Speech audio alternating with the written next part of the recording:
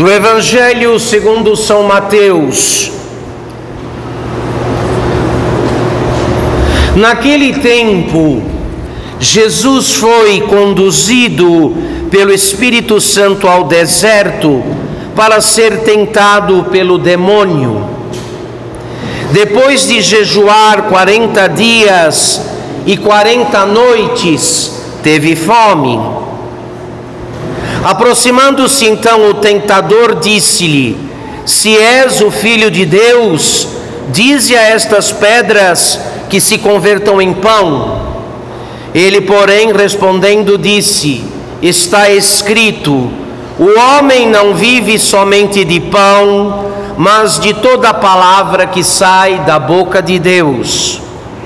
Então o demônio o transportou à cidade santa e, pondo-o sobre o pináculo do templo, disse-lhe: Se és o Filho de Deus, lança-te daqui abaixo, porque está escrito: Incumbiu os seus anjos de velarem por ti, eles te tomarão em suas mãos, para que não tropeces nas pedras do caminho. Jesus respondeu-lhe: Também está escrito: Não tentarás o Senhor, o teu Deus. De novo o demônio o transportou a um monte muito alto e lhe fez ver todos os reinos do mundo e a sua grandeza. E disse-lhe: Tudo isto eu te darei, se prostrado me adorares. Então Jesus lhe disse: Vai-te, Satanás, porque está escrito: Ao Senhor teu Deus adorarás, e só a Ele servirás. Então o demônio o deixou, e eis que os anjos se aproximaram e o serviram. Em nome do Pai, e do Filho, e do Espírito Santo. Bem-aventurado o homem que sofre a tentação, porque depois que tiver sido provado, receberá a coroa da vida. Carta do apóstolo São Tiago, capítulo 1, verso 12. Não se está no mundo sem tentações, e isso para nós não é nenhuma novidade. Estamos todos no mundo, somos criaturas humanas, feitos da lama de Adão, e sabemos esta verdade de modo experimental, de modo prático. Não se está no mundo sem essa confusão de ver bem onde está o mal. Ou a tentação é isto: se deixar iludir por um mal travestido de bem.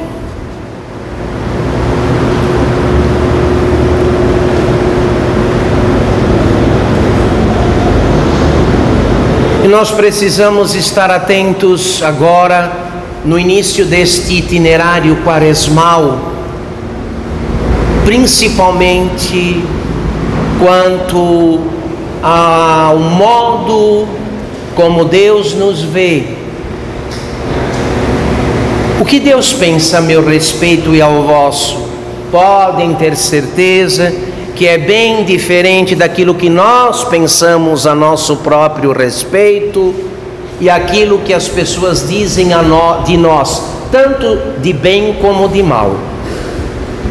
Se nós não nos convencermos daquilo que somos diante de Deus, ficará as penitências, o anúncio da penitência quaresmal e as penitências quaresmais propriamente ditas não produzirão efeito, ou um efeito muito minguado, porque é difícil lidar com um enfermo que está convencido de que é saudável, ou de que seu caso não é tão grave assim.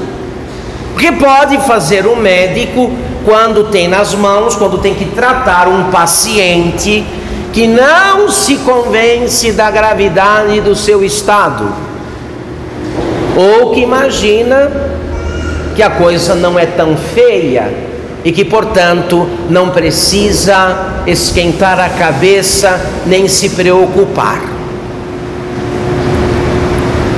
Meus caros, depois do pecado original, trazemos todos nós, todos, sem exceção, 3 feridas. 3 feridas. E é interessante que, pegando aqui uma figura da natureza, do modo como as coisas funcionam na natureza, fica mais fácil para uma fera capturar uma presa quando percebe o cheiro do sangue dela no ar, quando consegue farejar que há um animal ferido cujo sangue espalha o seu odor no ar. Fica fácil para a fera predar a sua presa quando ela já está ferida, porque não vai oferecer resistência, não vai dar conta de lutar, não vai dar conta, está ferida.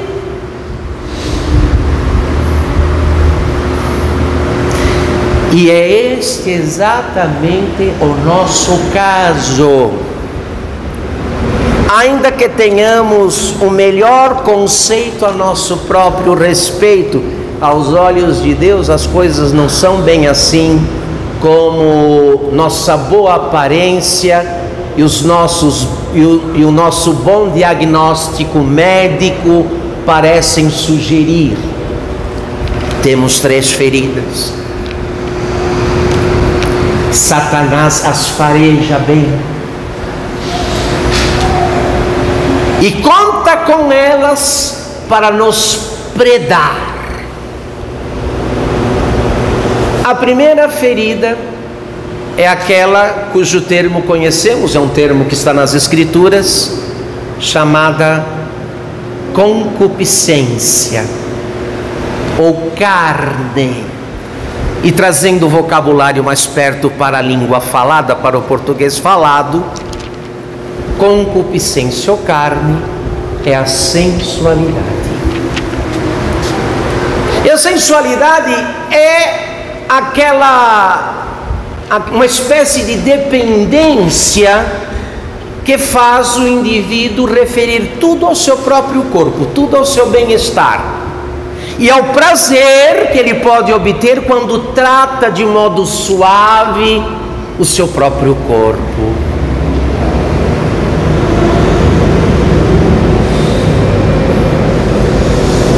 O que restou para o homem que perdeu a Deus? O que sobrou para o homem que perdeu a Deus, que não vê mais Deus no seu horizonte?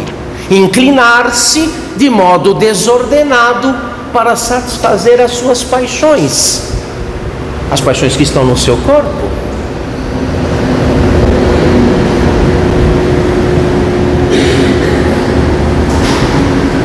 E qual é o efeito da paixão? A paixão, ela inverte a ordem na qual Deus nos criou.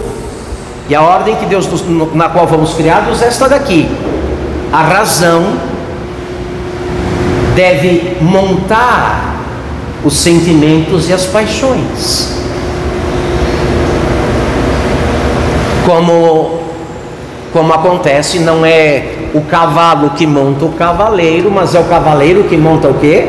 O cavalo. Conosco já não acontece mais assim. A razão que deveria montar as paixões, que deveria regrá-las, não pode mais fazer isso. Está ferida, está enfraquecida, está obscurecida. Então, ao invés de dominar as paixões, a razão é dominada pelas paixões. E deve servir a elas, não se movendo, não se inclinando para outra coisa a não ser para aquilo que é vantajoso, prazeroso e deleitoso.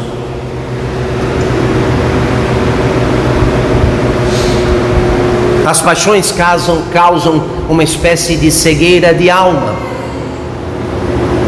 O cego é aquele que não enxerga, e o apaixonado, neste sentido, é aquele que perdeu completamente de vista Deus e não vê outra coisa a não ser a si mesmo. Não tem outra meta a buscar e atingir a não ser o que lhe convém e o que lhe cai no gosto. A segunda ferida é a da soberba, é a do amor próprio. O soberbo é aquele que, amando sua suposta excelência, ama de modo desordenado aquilo que ele considera como propriedade própria, como algo que brotou e nasceu nele. Ele tem, os outros não. Ele é, os outros não são. Ele faz, é capaz, os outros são incapazes. Então o soberbo, não se sentindo devedor em nada de Deus, se autoriza a desprezar, julgar, criticar, condenar, marginalizar os demais. Ninguém é como eu, ninguém sabe o que eu sei, ninguém faz como eu fiz, ninguém chegou aonde eu cheguei, ninguém tem o que eu tenho. Esta é a ferida da soberba. E a terceira ferida, a da avareza. O avaro é uma espécie de louco, porque imagina de modo absurdo que a quantidade, o império dos bens materiais é garantia de vida longa. Portanto, quanto mais eu tiver, mais viverei, mais seguro estarei de uma vida longa e tranquila, como se a morte pedisse o extrato bancário de quem quer que seja, né? Como se a morte quisesse saber do extrato bancário, não quer saber.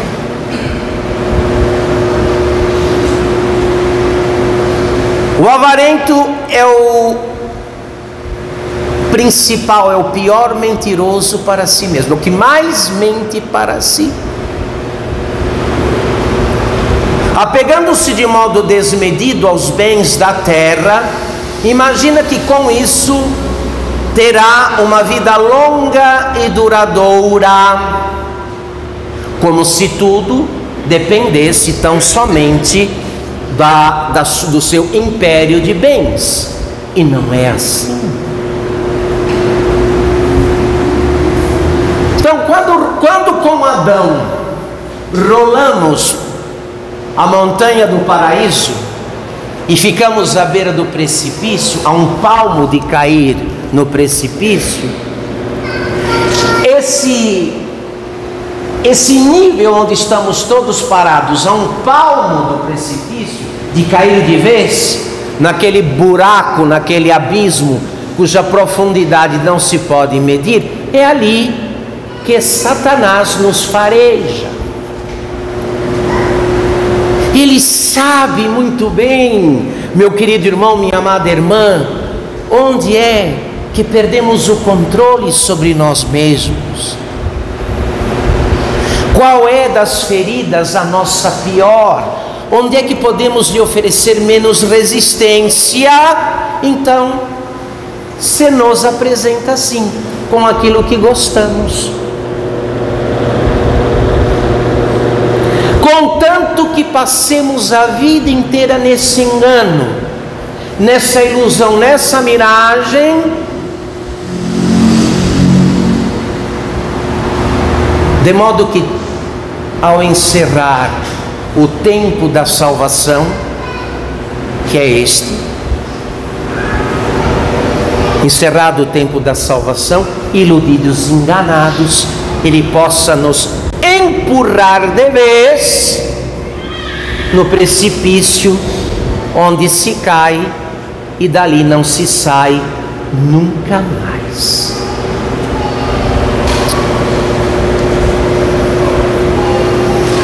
Portanto, meus caros, os exercícios de piedade, de penitência que nos são sugeridos nestes dias, servem exatamente para isso, para acordarmos deste desmaio, para despertarmos.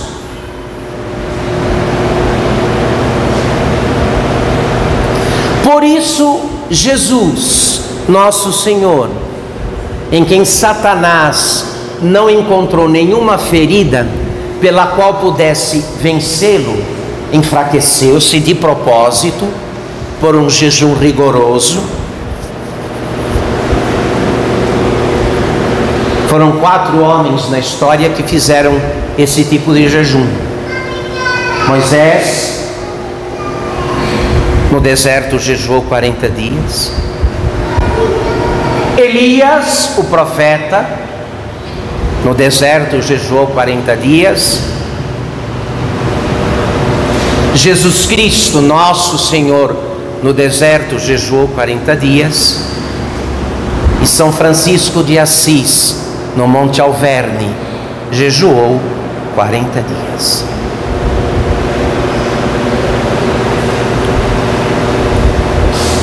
As práticas penitenciais têm esta função, este fim, de nos fazer despertar para o estado no qual realmente estamos, nos tirar da miragem, da ilusão, esta corroborada pelo mundo, que diz: não, está tudo bem, vamos viver, não há com o que se preocupar, toca a vida, prepare-se para a próxima distração, para o próximo entretenimento no final de semana que vai chegar, não esquente a cabeça com nada.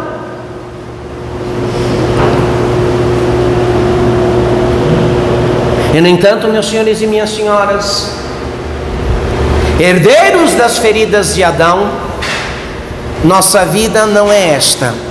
A melhor comparação é de um bicho ferido que sangra à beira de um precipício, farejado por uma fera. Nosso Senhor desceu pela encarnação e agora, no início da sua vida pública, desce pelo jejum até onde estamos, para nos ajudar a fazer o que sozinhos jamais daremos conta de realizar, para, como bom pastor, nos oferecer seus braços, o seu apoio, para que enfim possamos retomar aquele caminho que nos conduz de volta a Deus e à casa de Deus. Mas vocês sabem muito bem, não se trata um doente teimoso. É muito difícil lidar com um doente que chama a doença de saúde e que corre atrás da doença.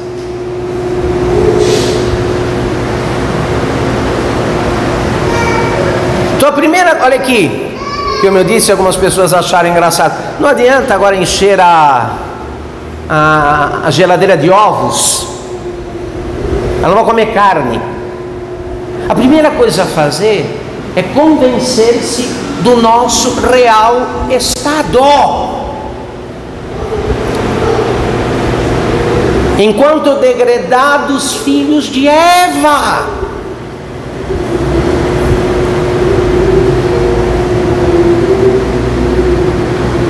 uma vez que aceitamos o diagnóstico que o Espírito Santo oferece a todos nós a respeito do nosso estado diante de Deus, daremos maior valor e nos empenharemos de corpo e alma em fazer bem os exercícios de penitência da quaresma,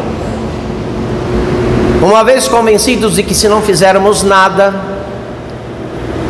se nos deixarmos levar levados seremos, sem sombra de dúvida, mas para o precipício, para o abismo.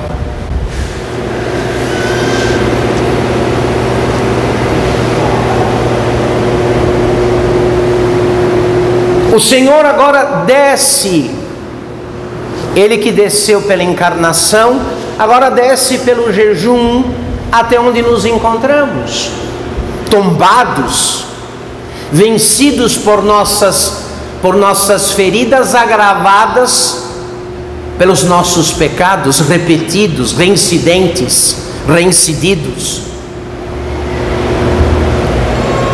Tomemos a peito a tarefa de cooperar e de colaborar com a graça. Porque aqui ninguém aqui está tão justificado ou tão firme em Deus que não possa se perder. Só o fato de estarmos hoje nesta missa, que abre a primeira semana da Quaresma, já é sem sombra de dúvida um sinal da providência divina, do quanto Deus está ocupado em que mudemos o nosso quadro. Outros tombaram, outros não tiveram a sorte e a graça de chegar a mais uma Quaresma como nós chegamos. O que podiam fazer foi feito, o que Deus podia fazer por eles foi feito também. Agora não há mais nada a ser feito, já saíram do tempo, e para eles funciona aquela lei inexorável que diz: talis vita fines ita. Se morre como se vive. Se morre como se vive.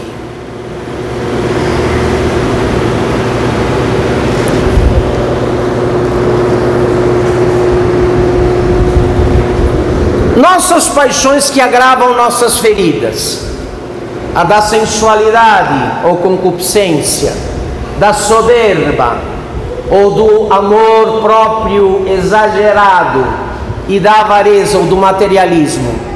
O que provoca o agravamento delas? Os nossos excessos. Tudo o que passa do razoável, todas as vezes que passamos daquela linha onde podemos explicar de modo honesto, diante da nossa consciência diante da nossa própria consciência, diante de Deus, o uso que fazemos de qualquer coisa, se não podemos explicar, esse abuso é ração para as paixões.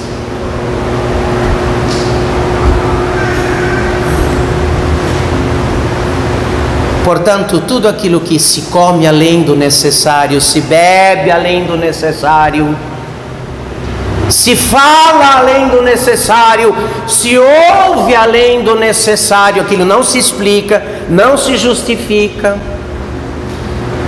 Todo excesso ou exagero, não importa em que nível, não importa em que ação, tudo que ultrapassa o razoável e o justo é combustível e ração para as paixões.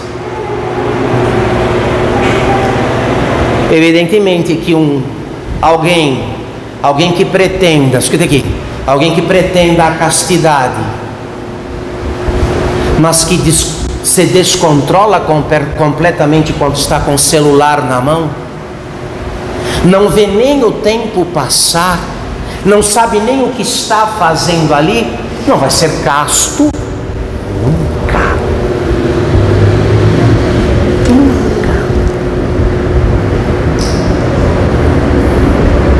Uma pessoa que não combate a sua tendência de criticar e de julgar os outros,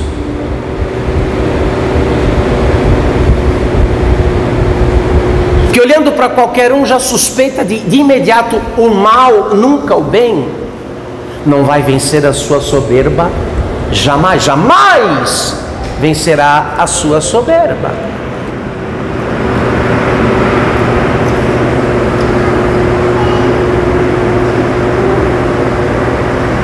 Aquele que não vence o seu impulso de consumo e cuja razão que tem para comprar e acumular e guardar o que tem não é outra a não ser a própria vaidade, nunca será alguém desprendido, generoso, mas será um materialista, um egoísta, um apegado aos bens, incapaz de qualquer gesto de caridade e de serviço ao próximo. Então temos aí, meus senhores e minhas senhoras, um bom trabalho, um trabalho longo, que deve ocupar cada dia deste tempo quaresmal, cada dia. Precisamos uma espécie de fechamento para balanço.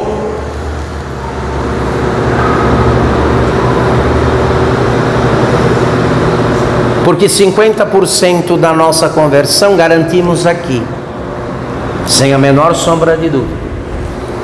50% da nossa emenda de vida e da nossa conversão garantimos aqui, mas os outros 50% não aqui, lá fora, no dia a dia, no modo como lidamos, administramos e tratamos as criaturas que nos servem, das quais infelizmente, em muitos casos, somos verdadeiros escravos.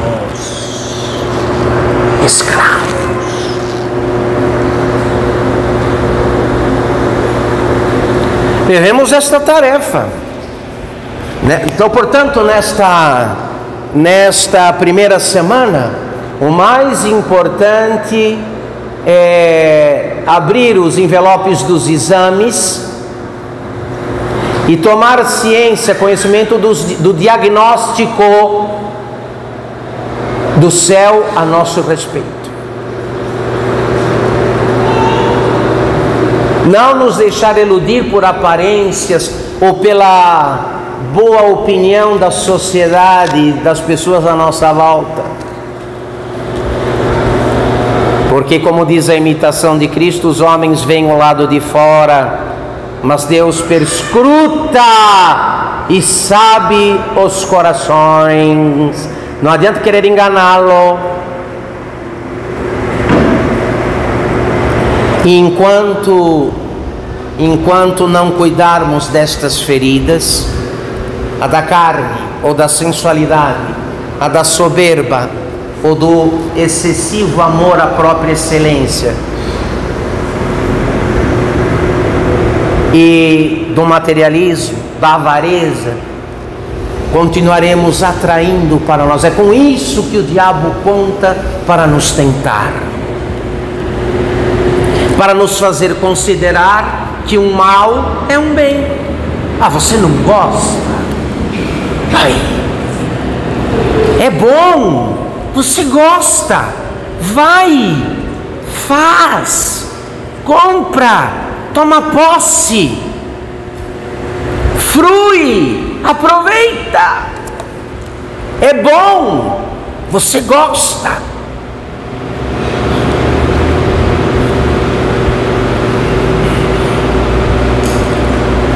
Então, pouco efeito se realizará, pouco efeito vamos verificar de modo prático na nossa vida cristã, com relação ao que estamos dizendo aqui, se não tomarmos as devidas providências quanto ao império de coisas e criaturas que nos cercam lá fora.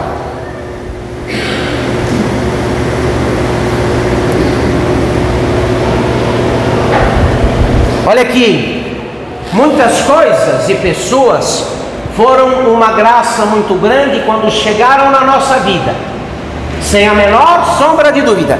Eu vou dizer aqui, Muitas coisas e muitas pessoas foram uma verdadeira graça quando chegaram e entraram nas nossas vidas, mas serão uma graça maior ainda quando saírem de nossas vidas. Chega! Já cumpriram o seu papel, agora só estorvam, são uma pedra de tropeço. Você não percebe? Você não percebe? Não quer admitir?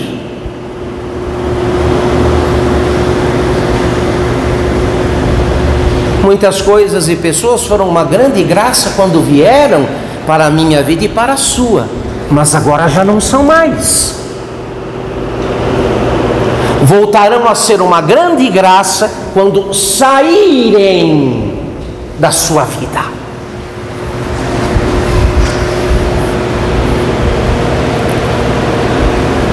E é esse balanço que temos que fazer.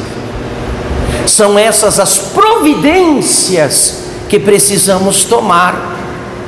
Porque, olha aqui, não estamos mais que a um palmo do abismo.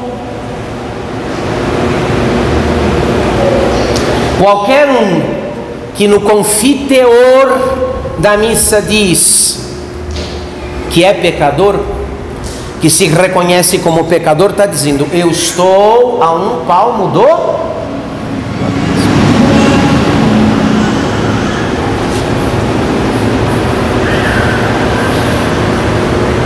Você não levanta quem não quer ser levantado, você não ajuda quem não quer ser ajudado. Pouco nosso Senhor Jesus Cristo poderá fazer por aqueles que estão convencidos de uma autojustificação ingênua, apoiada no fato de que nunca mataram e nunca roubaram. Eu não preciso me preocupar com estas coisas, eu nunca matei e nunca roubei. Quando Satanás caiu no inferno feito para ele e para os seus seguidores, não caiu lá porque tinha matado ninguém nem roubado ninguém. Foi a soberba que o levou para lá. O amor desordenado de sua excelência, de sua altura e de sua beleza que o levaram para lá. Ele não matou ninguém nem roubou ninguém.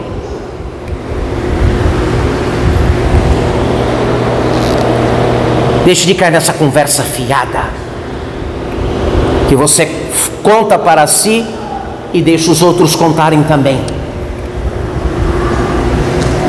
Eis aí, senhores, o desafio lançado aos que sabem que o céu é o maior bem a conquistar e o inferno o maior mal a evitar.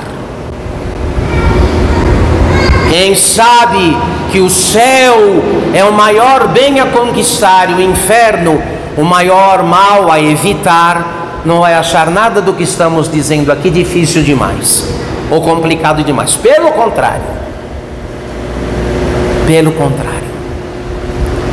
que a graça nos acompanhe, que o anjo da guarda nos defenda.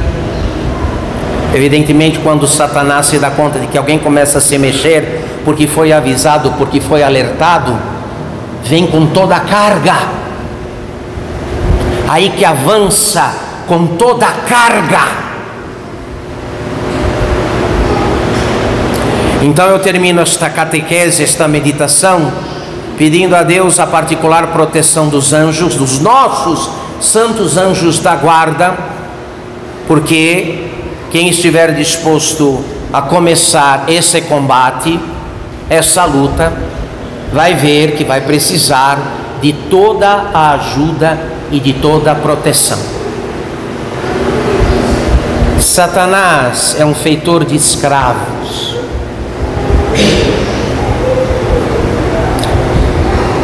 Ele caça os que foram dele, nunca se dá por vencido. Não pensem que o diabo pensa: agora ele é santinho, ele é da igreja, não, agora não mexo mais com ele, não mexo mais com ela. O senhor vai muito enganado. Ele é um capataz, é um feitor de escravos. O orgulho, a soberba dele, ele é um mau perdedor. Satanás não perde de bom grado nada nem ninguém, e ele vai nos caçar até o fim. Até o fim.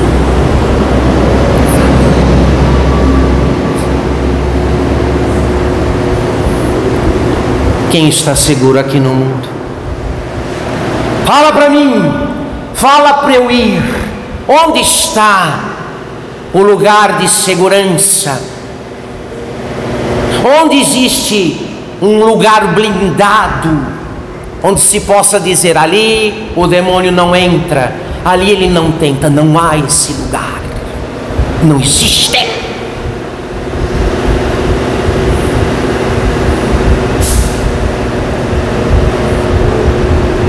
Nossa única chance é ouvindo os apelos de Deus agora, nesses dias de salvação, como disse o apóstolo. Agora é o tempo da salvação, agora é o dia da salvação. Ouvindo os apelos do Senhor, corresponder à altura, porque Deus, que não precisou de nós para nos criar, não vai nos salvar sem nós. Seria heresia quietista dizer: não, eu fico quietinho aqui, tudo bem, e depois eu vou para o céu. Não existe isso. Sendo o que somos, estando onde estamos,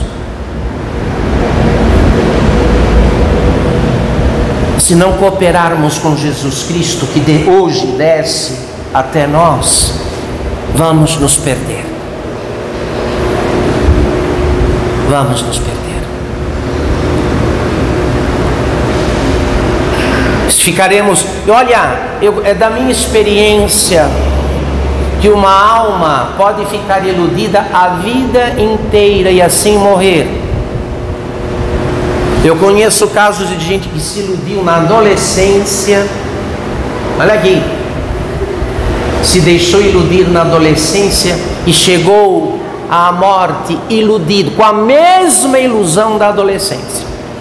Depois dos 80 anos, ainda alimentava as cegueiras, os sonhos, os delírios, os devaneios, as ilusões da adolescência. E ai de quem falasse qualquer coisa.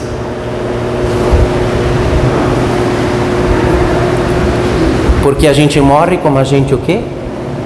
Como a gente vive. Tomemos a peito esta tarefa.